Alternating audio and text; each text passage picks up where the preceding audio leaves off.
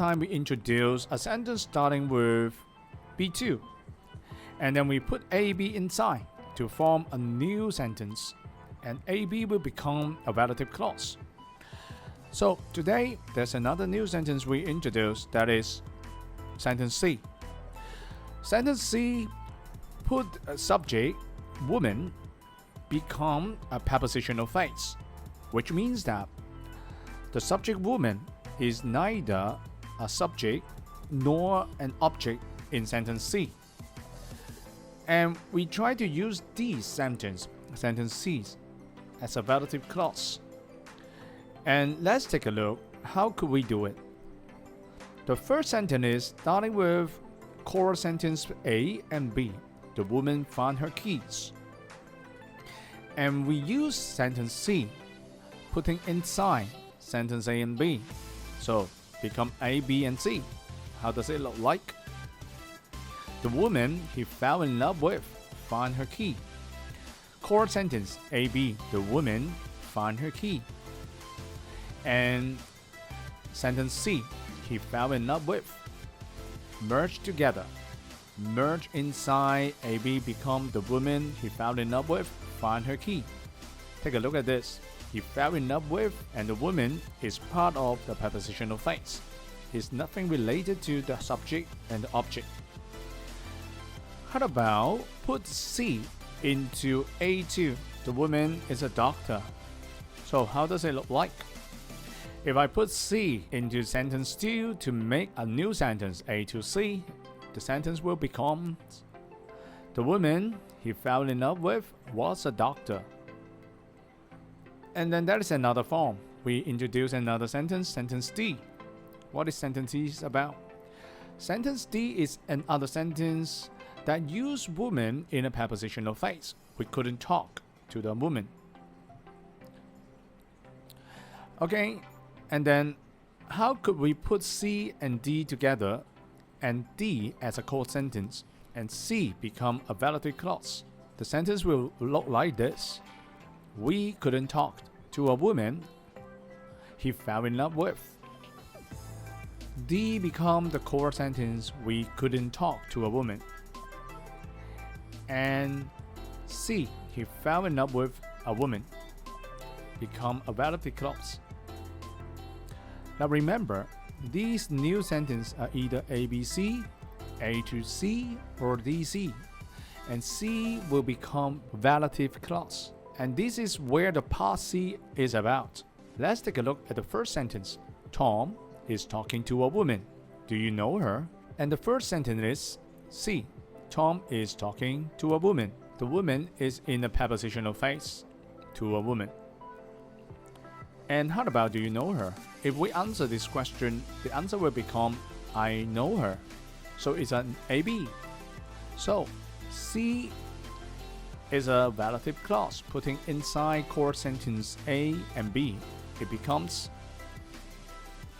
do you know the woman Tom is talking to? A, B, and relative clause C. Then how about the other one? I slept in the bed last night. It wasn't very comfortable. The first sentence again, I slept in the bed last night. In the bed is a prepositional phrase. It's a sentence C.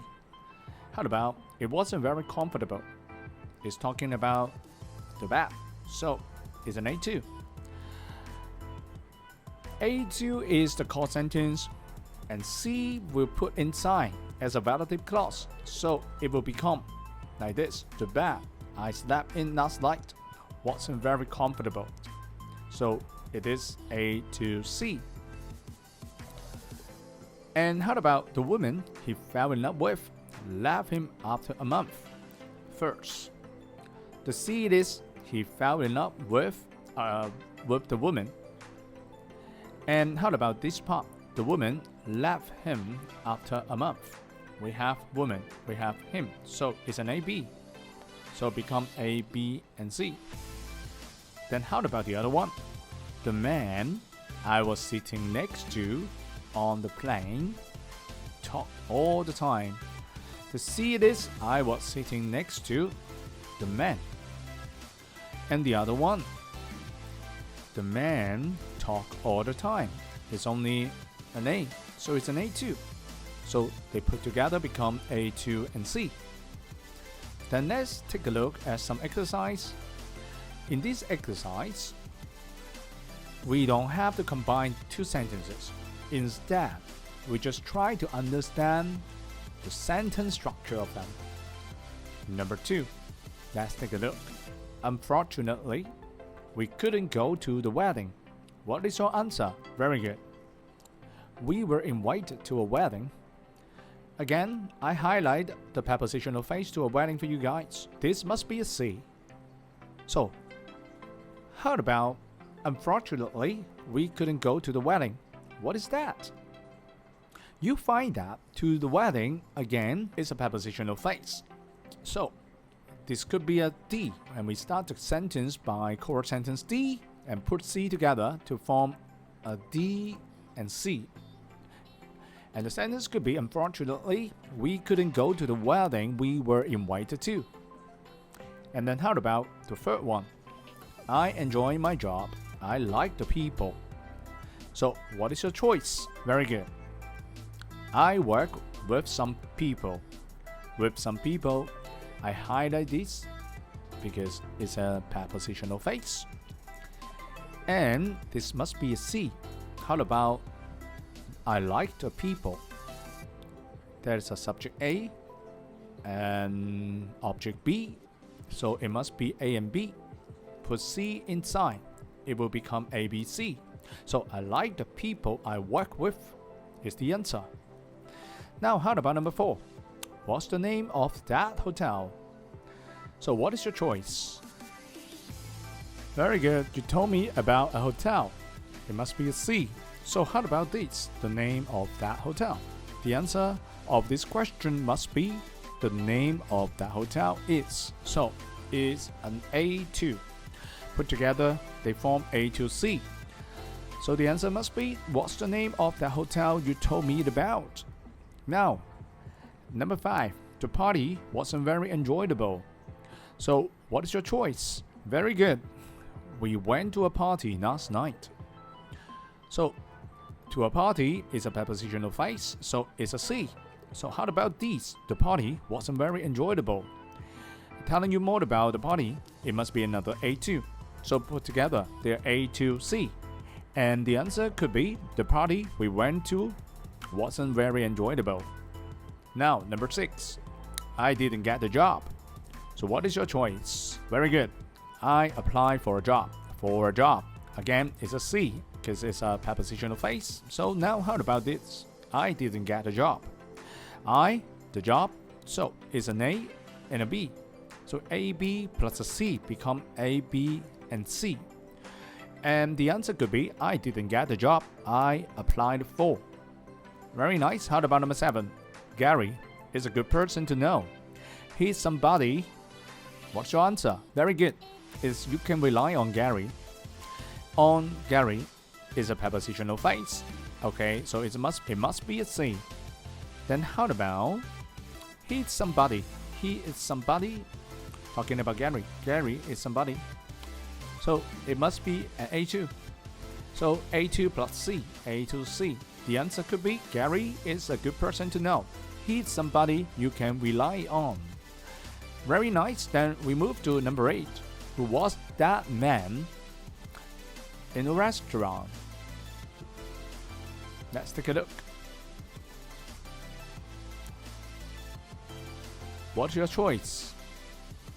Very good. I saw you with a man.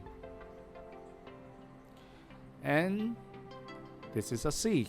With a man is a prepositional phrase. Then how about who was that man in the restaurant? The answer of this question should be the man. That man in the restaurant was, so that's why it's another A2. So A2 plus C must be A2C. So the answer could be, who was that man I saw you with in the restaurant? Alright.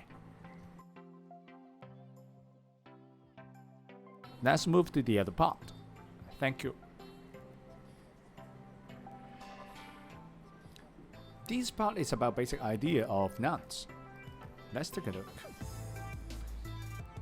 And today, we keep on going when a noun is countable, but they have more than one. So we call this a plural, which means two or more of a noun. Say some flowers, they have more than one.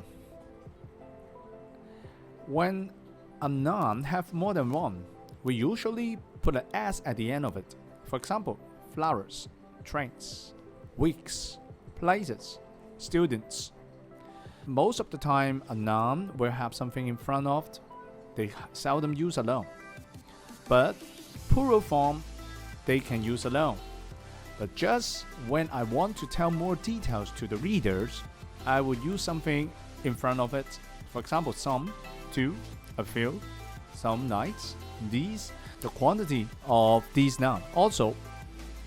But if a noun, they end with s, sh, ch, or x, then we put es. For example, bus become buses, dish become dishes, church become churches, box become boxes. Also, some nouns that end with o, we also put es at the end when they have more than one. Potatoes, tomatoes. If they end with y, then we change the y to I plus an es become babies, dictionaries, parties. However, not all y change this way. If a noun ends with ay, ey, or oy, we simply put an s at the end, so become days, monkeys, or boys. Some nouns that end with f or fe, we change it to ves when they have more than one. Shelf becomes shelves, knife become knives, wife become wives. And also, some nouns, when they have more than one, they don't add s nor es. They change the form completely. Here's all the example. Men become men, foot become feet. Sheep, the same, still sheep. Women become women, tooth become teeth. Fish, same, fish. Child become children, mouse become mice. That's all for today.